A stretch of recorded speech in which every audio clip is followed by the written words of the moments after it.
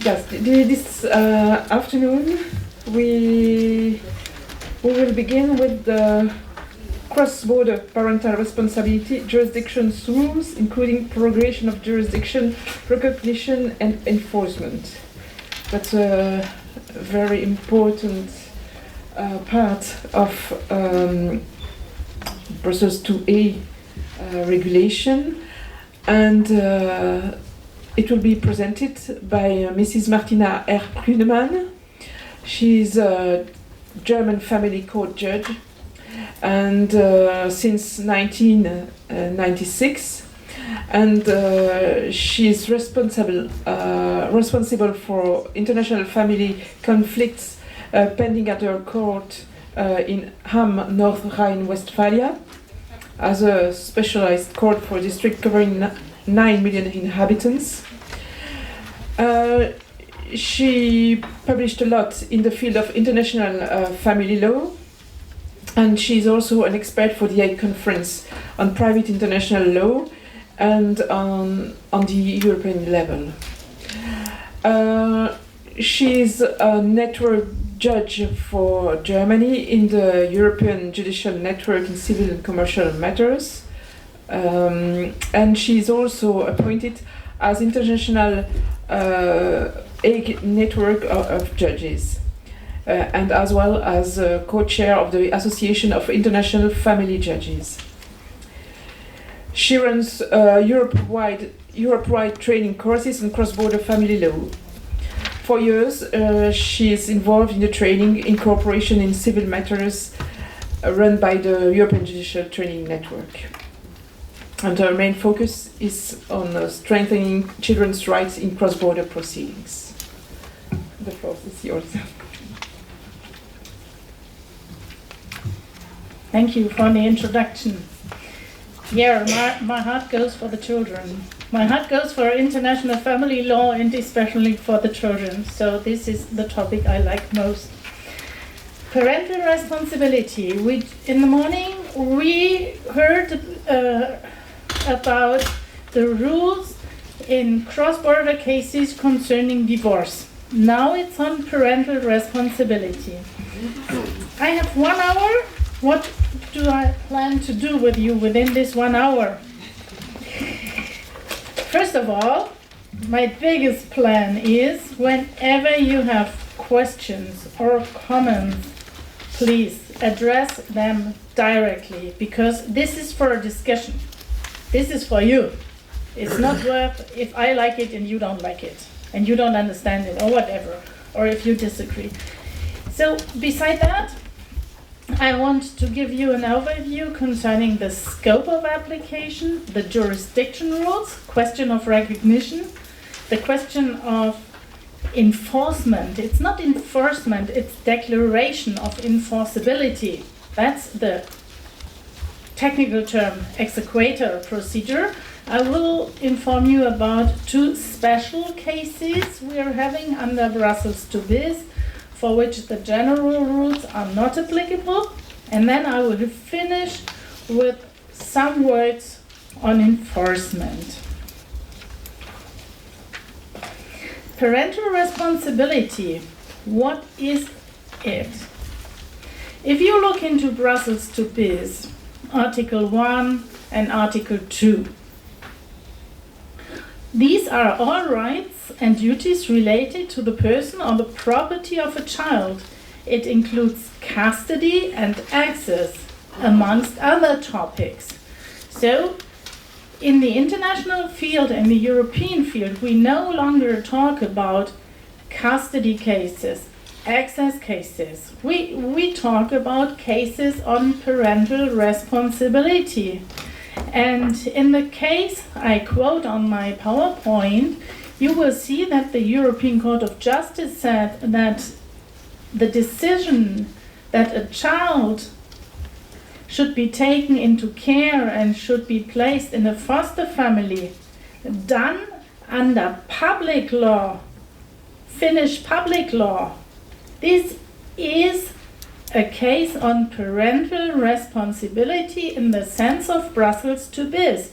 That means even a decision taking under public law might be such a civil decision, Brussels to BIS, that's civil law. But in Finland, that was done by public law, because under the Finnish law, it's a public law decision, placement of a child. But nevertheless, the European Court of Justice says this relates to the person or the property of the child. And because of that, it's a case on parental responsibility that falls into the scope of Brussels to BIS. This is why we are finding in Brussels to BIS definitions on what is a court, who is a judge.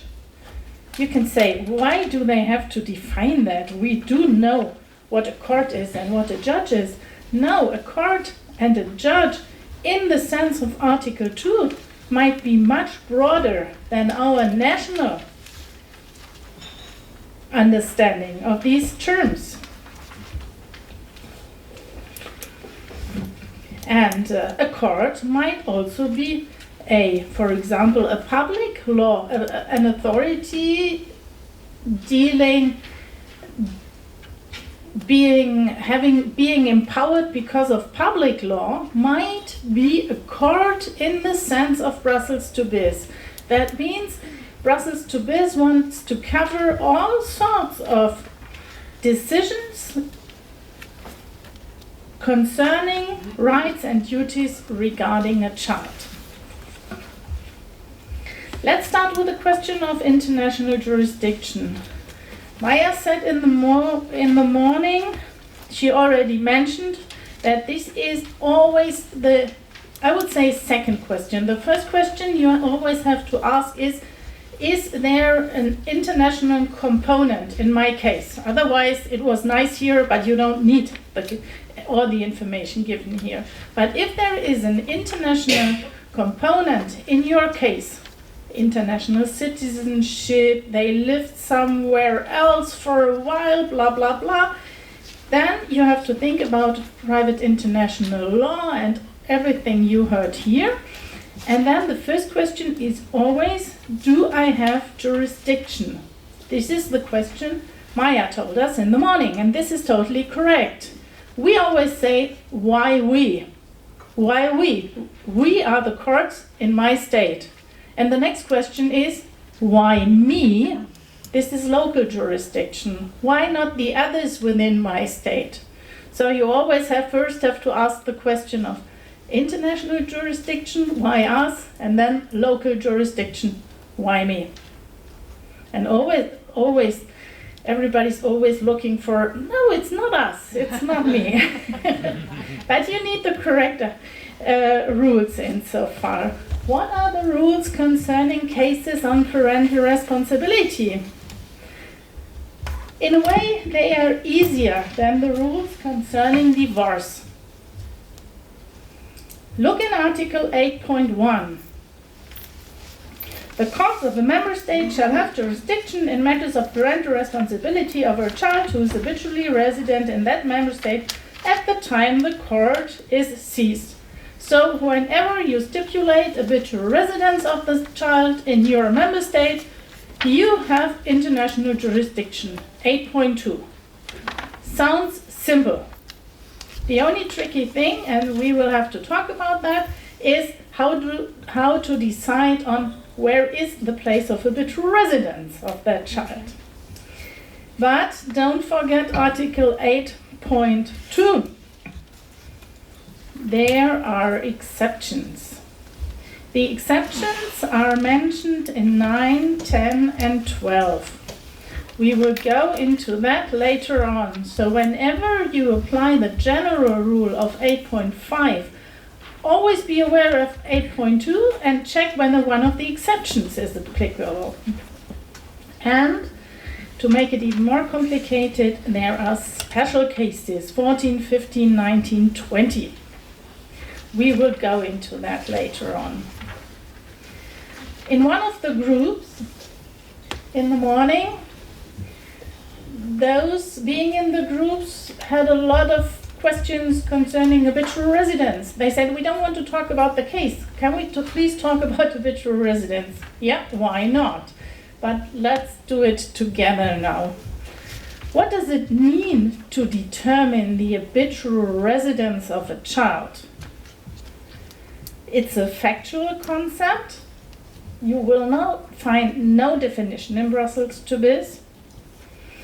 And what is clear, it's an European instrument, and you're not allowed to understand it having your national glasses on, because we don't have to interpret European international instruments with our national background, because then we will start interpreting these things in different ways.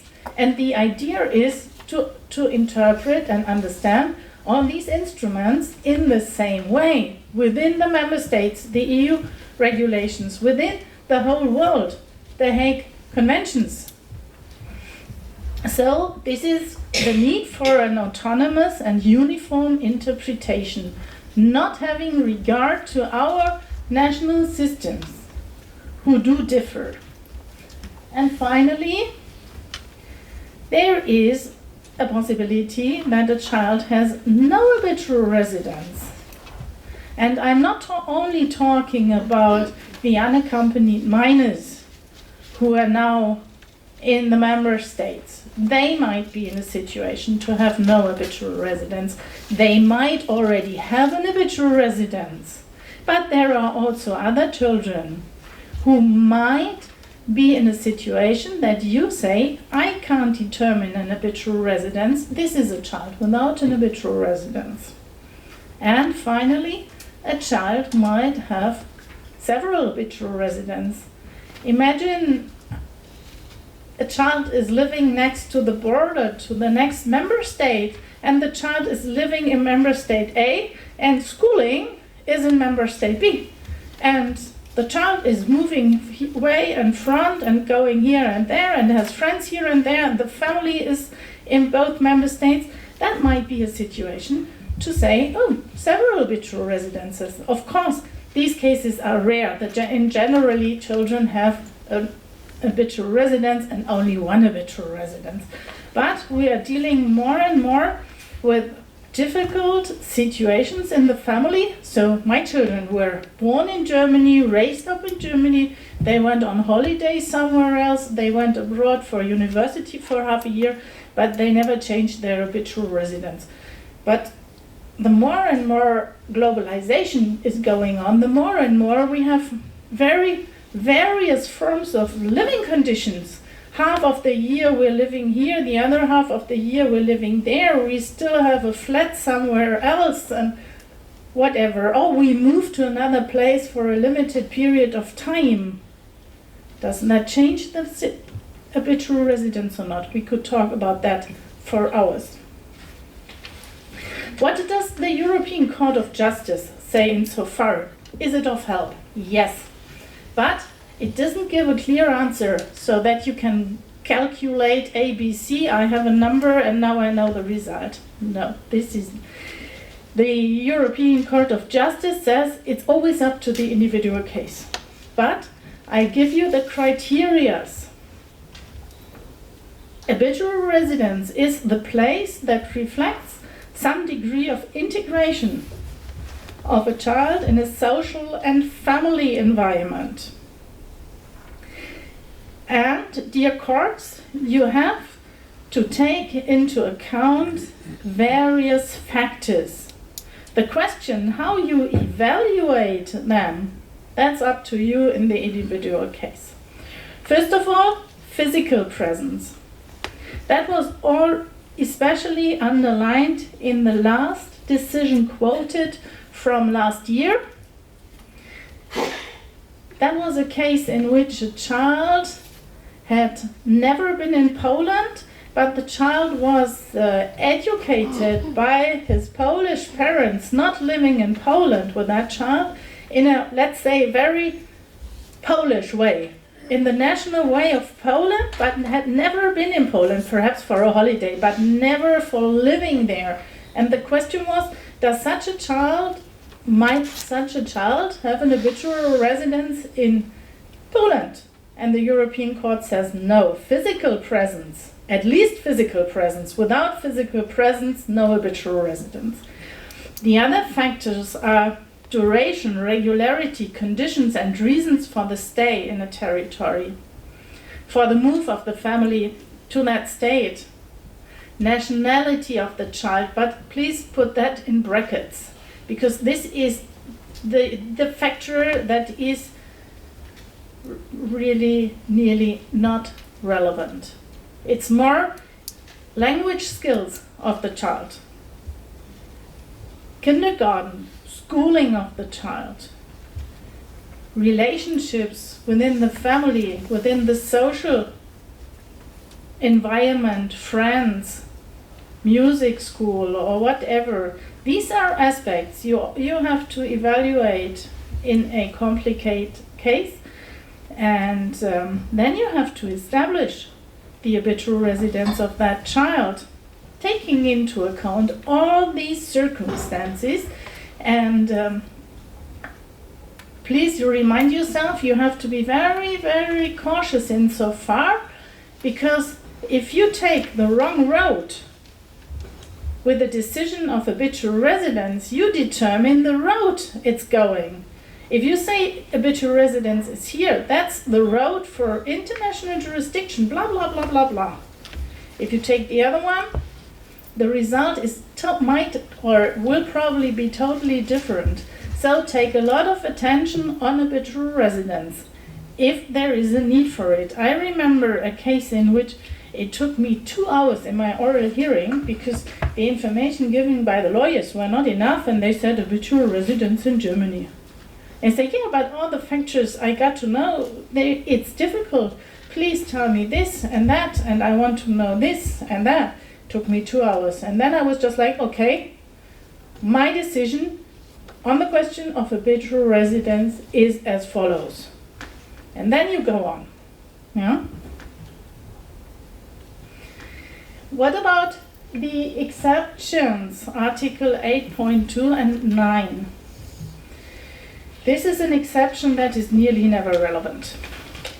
That's an exception that a child has moved lawfully from one member state to another member state, and now proceedings on access are going on during 3 months after the move of the child. I never saw such a case. Because that means, for example, the child had the habitual residence in Portugal and now lawfully moves to Sweden. Within 3 months, while now living in Sweden, the courts in Portugal still have international jurisdiction to deal with access proceedings. Who will ever ask the courts in Portugal in such a case for proceedings while they are all in Sweden now? But that's the rule. And 3 months. So it's restricted. And so the application is really not broad insofar. 10 is extremely important. That says if a child moves unlawfully from one member state to another member state, that's an exception. Then in general, the courts of the habitual residence have still jurisdiction. That means in our case, if the movement of the child from Portugal to Sweden was unlawful, the courts in Portugal in general still have jurisdiction, international jurisdiction, to deal with all sorts of proceedings on parental responsibility, although the child is now in Sweden. But Sweden in general has to refuse international jurisdiction because Brussels to this says we don't want to bring a parent who abducts a child into a better procedural situation. So a procedural safeguard in case of an abduction for cases on parental responsibility. And only in case of the conditions that are mentioned explicitly in Article 10, the international jurisdiction changes. It's especially acquiescence of the left behind parent or the alternative of Article 10b with one of all these conditions that are mentioned there. Only in these rare cases, in our case, the international jurisdiction would move from Portugal to Sweden. Yeah? Any questions insofar? Okay.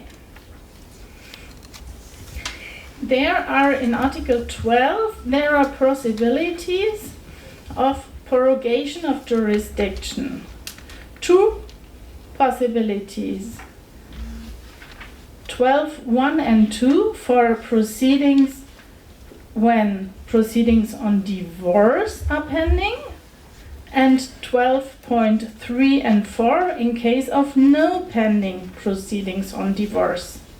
In the first alternative, no pending proceedings on divorce, a prorogation takes place if at least one of the spouses has parental responsibility, there is an agreement of the parties insofar, and the prorogation is in the best interest of the child. So here the parties have a power to have influence on the question of international jurisdiction. If no divorce proceedings are pending, there is also a possibility, but that is that there is a substantial connection of that child to the other member state. Again, an agreement, of course, and best interest of the child.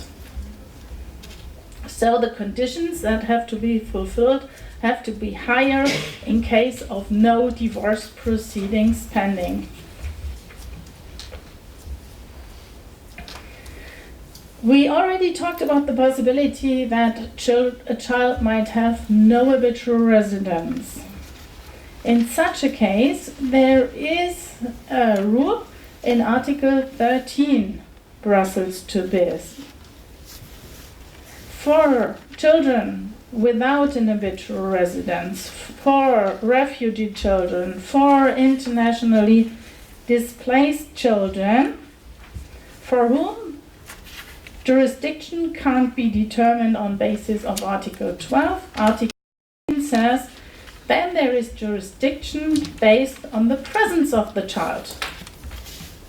So the standard is lower than we are then away from habitual residence defining international jurisdictions.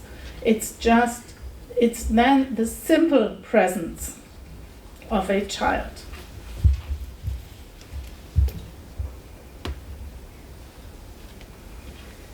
Article 14, residual jurisdiction. It says where no court of a member state has jurisdiction under 8 to 13, jurisdiction shall be determined in each member state by the laws of that state. Be aware, it says no court of a member state, not of your member state, of a member state. In such a case, you have to check first carefully whether, if you have no international jurisdiction, whether another member state has international jurisdiction. Only if no member state has international jurisdiction, but perhaps a third state or whoever, this is of no interest, then you apply 14. In the questionnaire, you were asked about Article 15. Did you ever use it? Or were you ever asked by another court in another member state whether you accept jurisdiction? Any? Yeah, Miriam? Somebody else? Yeah. So Miriam is network judge. She's too experienced now, so I will ask you, and Miriam, you will not mind, huh? Can you give us the? Can we hear you? Can you come here and give me the case? I think they can hear me, right? Okay. I'd rather stay here. I had a case. Okay, it was pretty complex. Can you shorten it to 15? Yes, I tried. I invited the parties to introduce a request before the court in Germany, and the woman said she would, and then she didn't. So I didn't do it in the end. But I tried very hard. Okay. I think it was a case for that. I consulted Javier, like you know, in Spain, and he said it was a case very good for that, and so I tried. I thought it was better because the children were there in Germany. They had been there for more than a year, but the proceeding had started when I had international jurisdiction. So I tried to do that. I thought it was better for them. She didn't do it, so in the end I had to take the decision myself. Okay. Yeah, that's a typical case. So to repeat that, our colleague from Spain, from northern Spain, where it's raining a lot, she had a case in which, when the proceedings started, she had international jurisdiction. That's very important. That's the condition. You had international jurisdiction when the proceedings started. Then something is happening in your proceedings, and now the situation has changed. What happens with your international jurisdiction when during the proceedings pending the conditions change? Does that mean you are losing your international jurisdiction, or do you have ongoing international jurisdiction? Which is the moment you have to refer to? Is it the moment when the proceedings started, or the moment of your decision?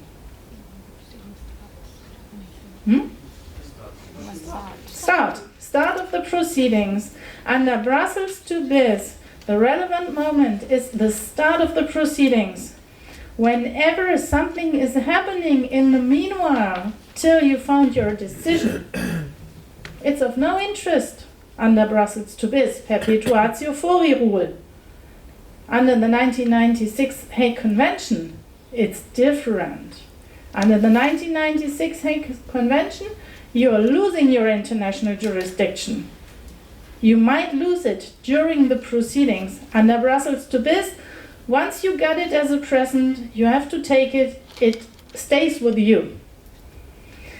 So, but what to do in such a case? If you think, okay, something happened in the meanwhile, I have international jurisdiction because moment of start of proceedings, but it makes no sense for me going on with the proceedings. For example, I also had a case in which it was a soldier family, English soldiers.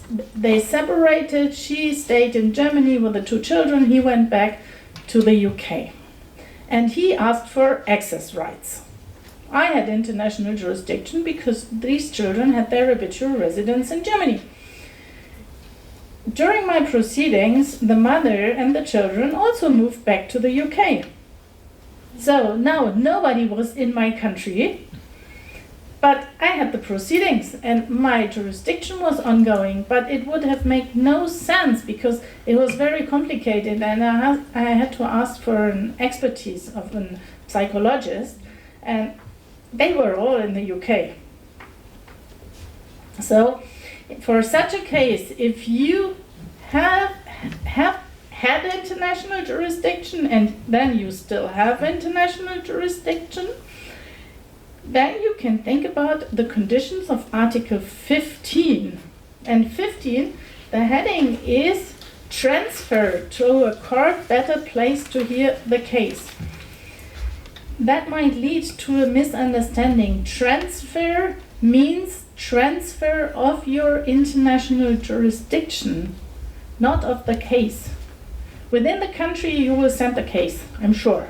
If you say, oh, I'm in town A in my country and town B has jurisdiction, you will probably send the file. Article 15, you will never send the file. What you do is you have the international jurisdiction. You will not lose it, but if the other court agree, you can give the international jurisdiction to the other court. So it's transfer of international jurisdiction. And if they want information on your file, you can give it, but you will never send the file. How do you do that? You talk to Javier in your case. So talking to the network judges is probably of good use and makes it easier to go through the procedure here, because we realized in practice, imagine you will receive a letter from another member state and they say we are dealing with proceedings on parental responsibility concerning child blah blah blah, and we want to transfer the case to your court. Do you agree? You will say, what is that? I have no idea what to do with that. And so it's better to use the network so that we can explain Article 15. At the end, it's really simple. I don't want to go into the details. You can read them here. The important point is that one court, it doesn't matter this one or the second one, has the idea transfer of jurisdiction is good for, in the best interest for that child. The other court agrees, and then jurisdiction is given to the other court.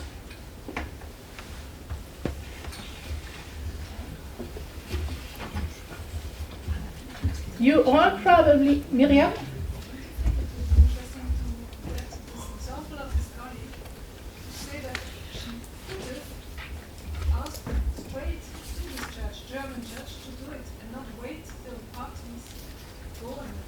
Yeah. So, yeah. So if she really wanted to do it, I know, but like, I cannot tell the case, but it was very, very complex. I thought it was in the best interest of the child, but they were fighting so much that at some point I didn't know if the woman who was from Germany, she lived in Germany with the kids, she thought the same thing than me. She said, yes, that's why I requested her. She didn't do it and I didn't push it because it was a very difficult process also for me and for everyone, and I didn't want to make the German judge like, hey, this is yours. I don't know, I thought it would be better if she would say, hey, I think this is better for my kids. In the end, she didn't do it. I didn't want to push it. Yeah, but nevertheless, thanks Miriam, I'm just shorten everything a little bit because having a look at the time that's going. Article 15.2 says, upon application from a party or of the court's own motion or upon application from the court in the other member state. So we have all these different possibilities. Article 19. You probably all had cases in which you heard from the lawyers, from the parties, there are similar proceedings going on somewhere else. And then you're just like, oh, what is it? What are the proceedings about? Was it already, did the others already decide? And if there is already a decision, that's not 19. 19 is for the situation that we have open cases in both member states dealing with the same topic. My lecture, topic on parental responsibility, that's 19.2.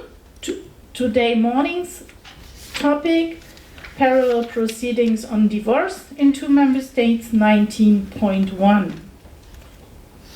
What do you do in such a case if you receive such an information? What do you do with it? Just, I didn't hear it? No, please not. But what is the effect of it if you receive such a often very vague information? And if you ask the lawyers for more information, the lawyers in my country say, well, we don't know. There are other lawyers in the other member state and we have no idea. Please, judge, go on. No, I can't. because of Article 19. I need more information. That's a member state, because you told me it took place in country blah blah blah, and this is a member state. So I have to take care of 19, and I need information, because if I receive such an information, I have to determine who was the court first seized and who was the court second seized. Am I the first? Am I the second? And being seized, what does that mean?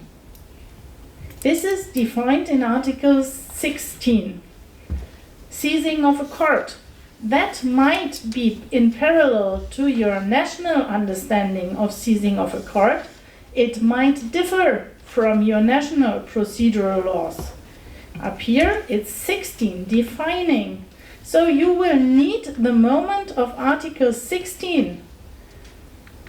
The moment having regard to your proceedings, you can easily look into your file and define the date. But how do you get the information from the other court in the other member state? Try the lawyers. Mine will again say, I have no possibility. They don't earn more money, so they don't do it. What can you do?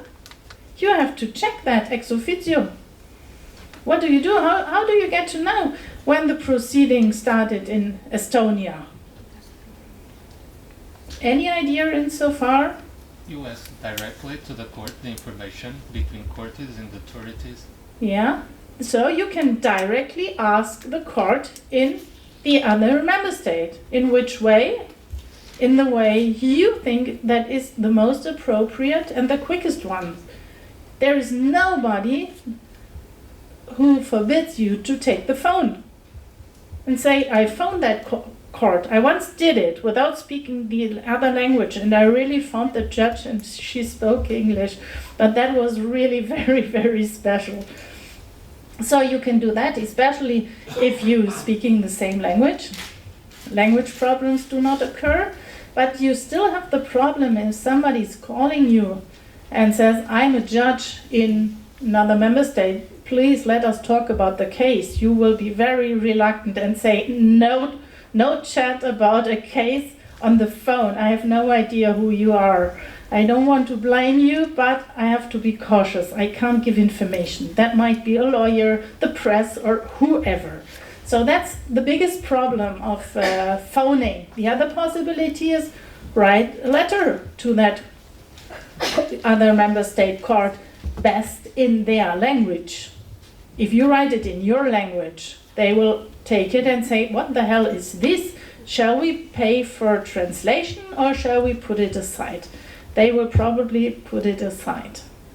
So if you do it in that language, you might receive an answer. Why not?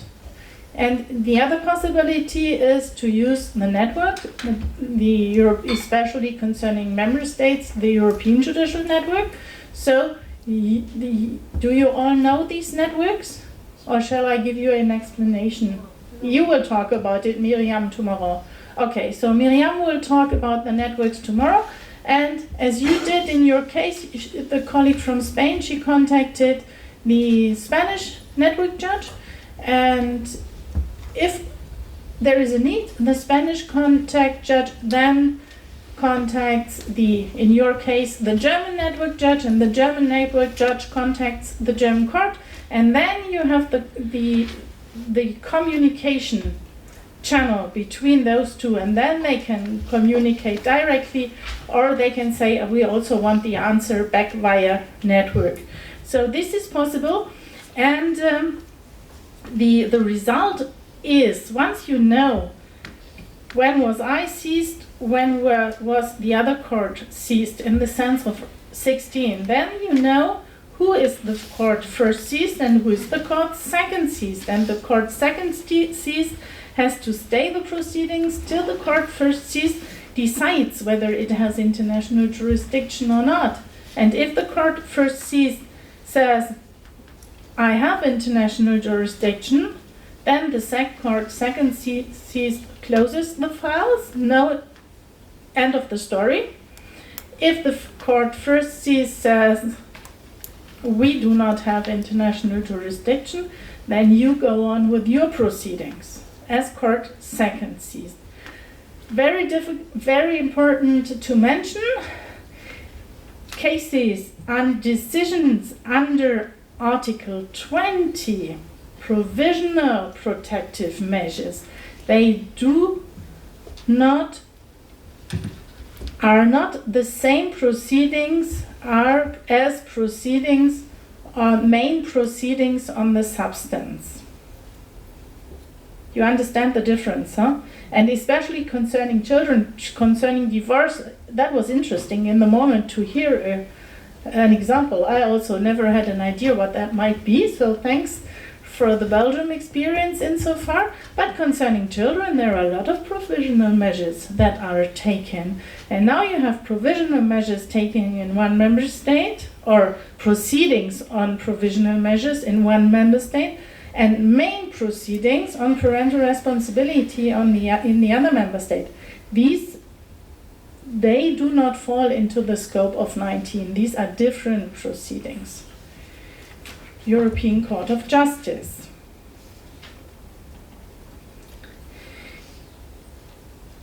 Having regard to Article 20 provisional measures, besides the conditions that are mentioned explicitly in Article 20, you have to be very, very aware of the jurisdiction of the European Court of Justice, because the European Court of Justice puts up additional conditions that are not in the wording of Article 20, but it's jurisprudence of the European Court of Justice, and this is binding for all of us.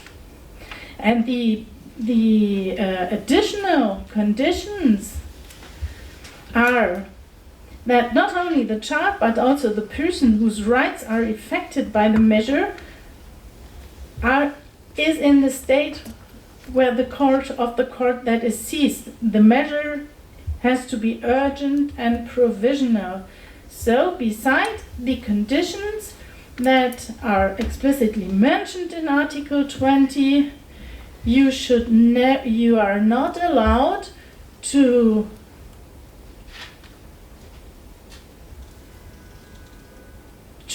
decide that a person gets rid of parental rights on a provisional basis if that person is not in your member state.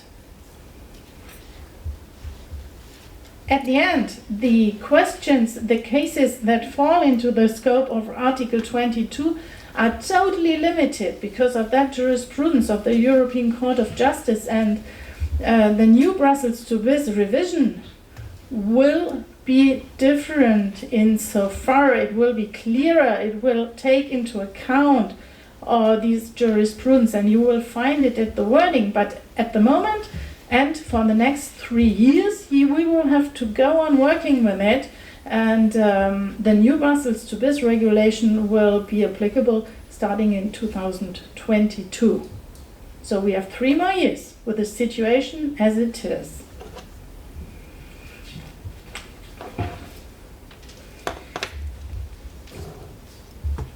Recognition and enforcement. That's not a big topic on divorce. Enforcement, not possible. Recognition, yes, but easy rule, Article 21. Judgment on parental responsibility, that's a topic. The recognition and enforcement of member state judgments, and I'm talking of foreign judgments from member states of Brussels to bis. That means all EU member states with the exception of Denmark. If it's Switzerland, if it's Chile or whatever, I'm not talking about these cases. Member state judgments with the exception of Denmark. And insofar, again, a special topic, Article 20, cases, provisional measures do not fall into the scope of this system, says the European Court of Justice. It's not applicable. I can only give you a an overview insofar. There are general rules and there are two special cases. Let's start with the general rule. Judgments on parental responsibility from a member state. There is an automatic recognition. Article 21.1 and 4. A party can apply for recognition or for non-recognition. That is possible. 21.3. If I want to send such an application, I have to add a copy of the judgment, a certificate that is mentioned in the annex, and if the court requires so, a translation. Are you familiar with the annexes of Brussels to BIS? If you go through it, at the very end, hopefully it's in your text because I didn't took the book with me now. Do you have at the very end of Brussels to BIS the annexes? Are they in the book? Okay. So here you have different annexes for different decisions. And there is also one annex that is for cases on parental responsibility. So whenever a case has a cross-border element between two member states, the party can go to the other member state, it's automatically recognized, but the party can also say, I have an interest in recognition or non-recognition. I start a proceeding in the other member state, and I give them the copy of the judgment and this certificate that has to be filled in. And as you can see, only if the court requires a translation, that means I'm working in one of the specialized courts, so I often receive these proceedings on recognition or non-recognition. That means I receive a judgment, for example, from Bulgaria. Sorry, I don't speak the language. I can't read it. But I see it's a judgment.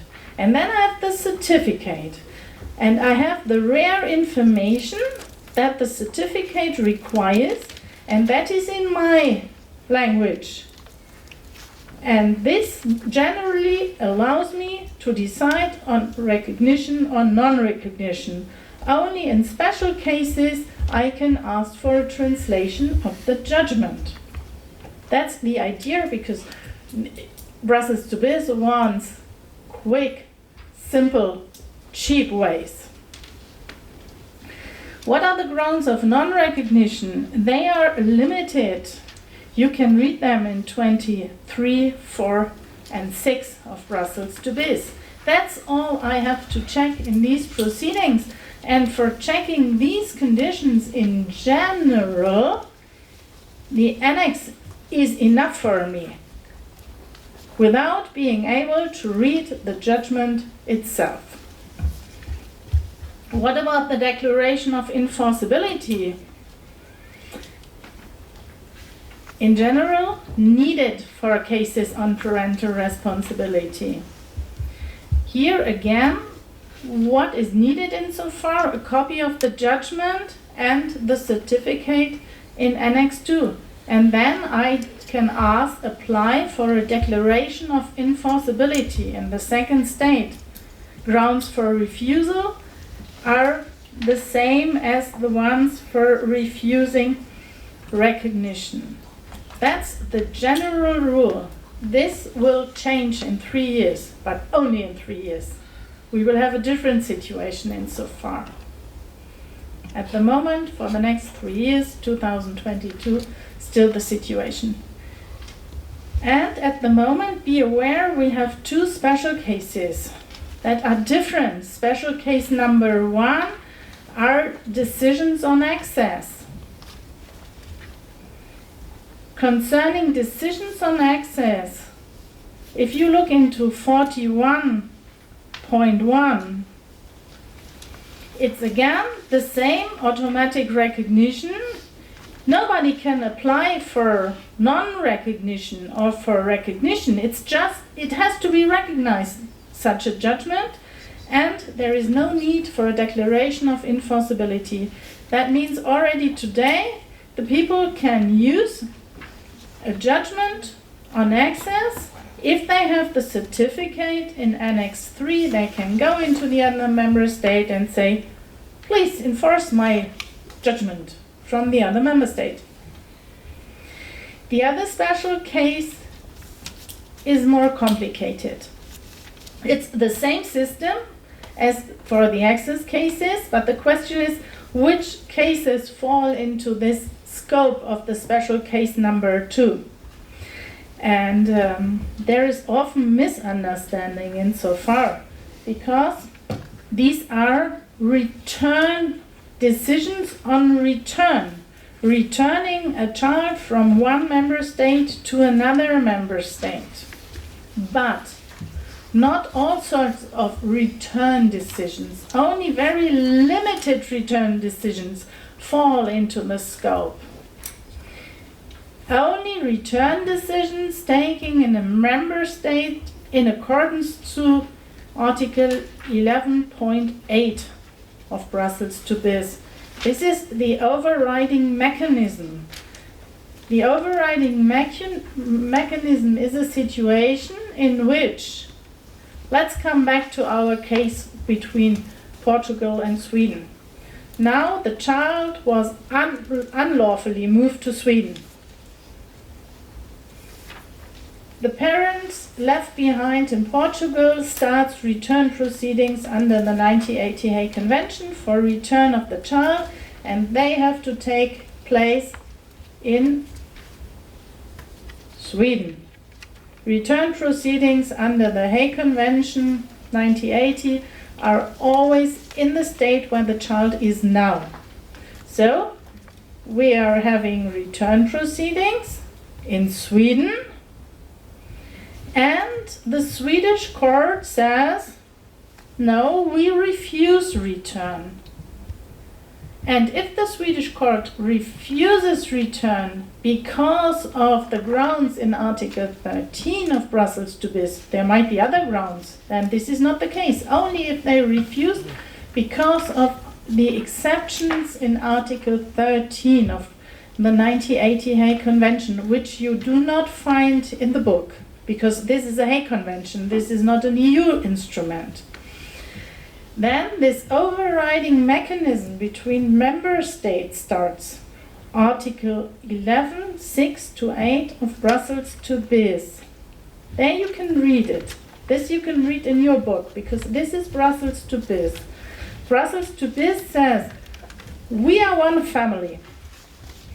If one of us refuses the return of the child to another family member state, then this shouldn't be the end of the story, because we are one family, we are one EU family, and refusal of Sweden because of Article 13 should lead to a situation in which the Swedish court has to inform the Portuguese court, we refused return under the 1980 Hague Convention because of Article 13, and then if you read it, it's really strange wording.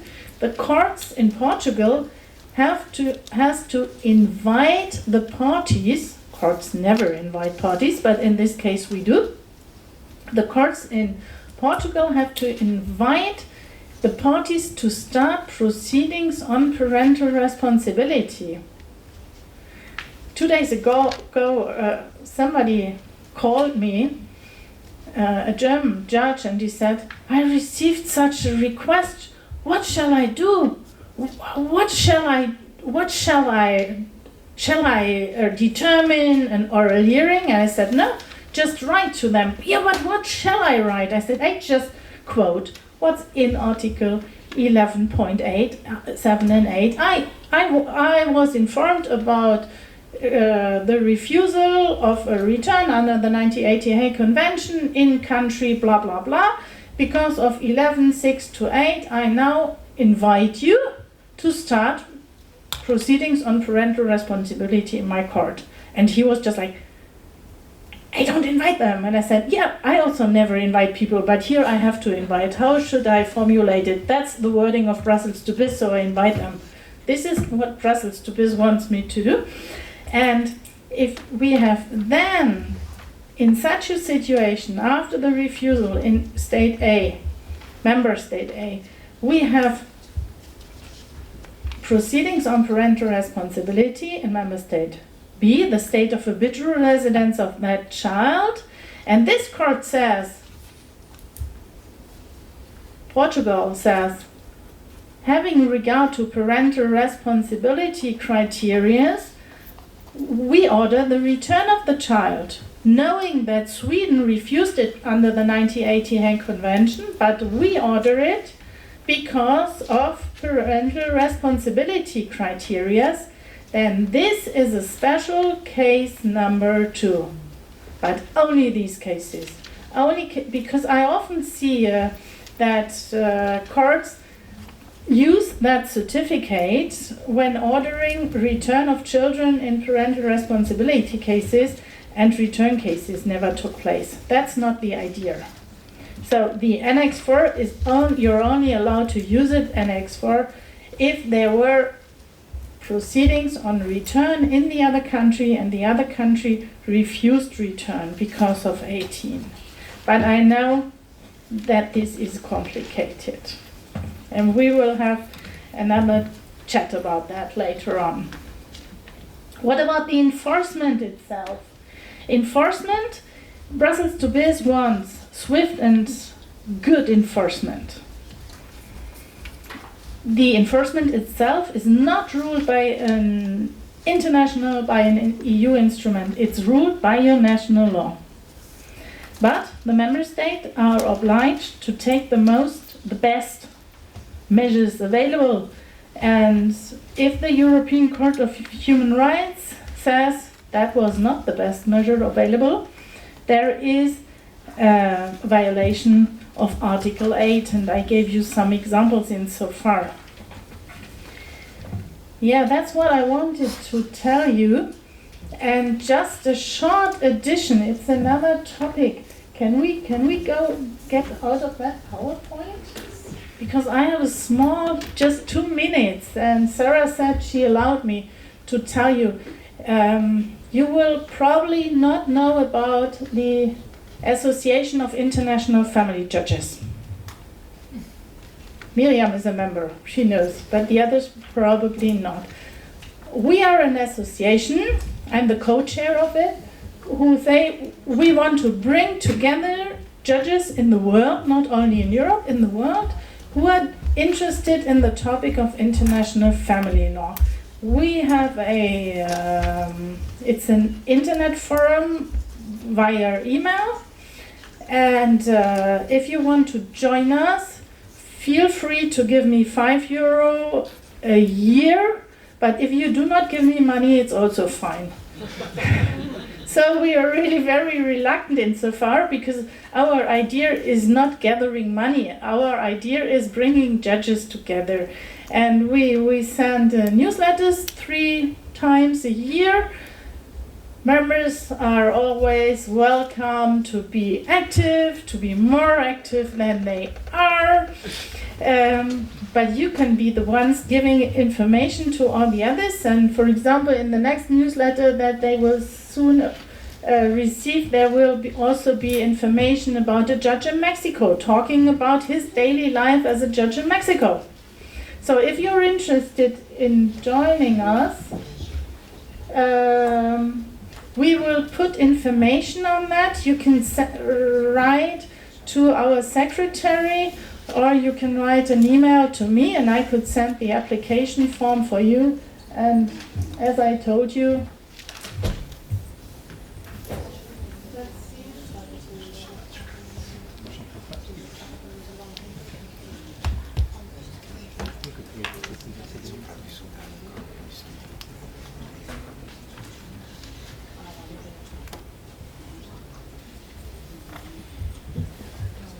I don't want to take too much time, and it doesn't work, but we can show it to you later on, and you just need the email address, her email address in Australia or my email address, and then please feel free to join us, and would be nice to have more of you in our group.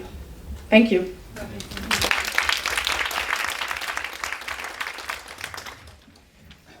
Do you have any questions at the moment?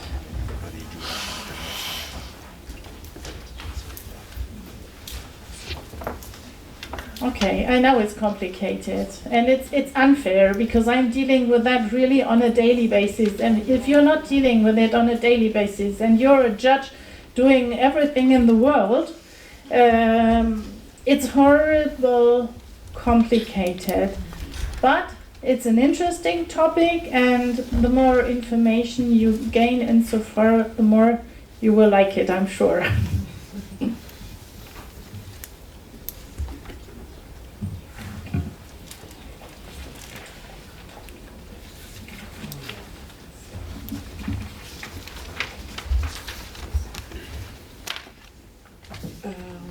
Thank you, Mrs. Appelman. We now will continue with the workshops. It's a 1 hour workshop concerning child abduction, applicable law and jurisdiction rules. That means that you have to go to the different rooms, and you will stay in the same group as this morning.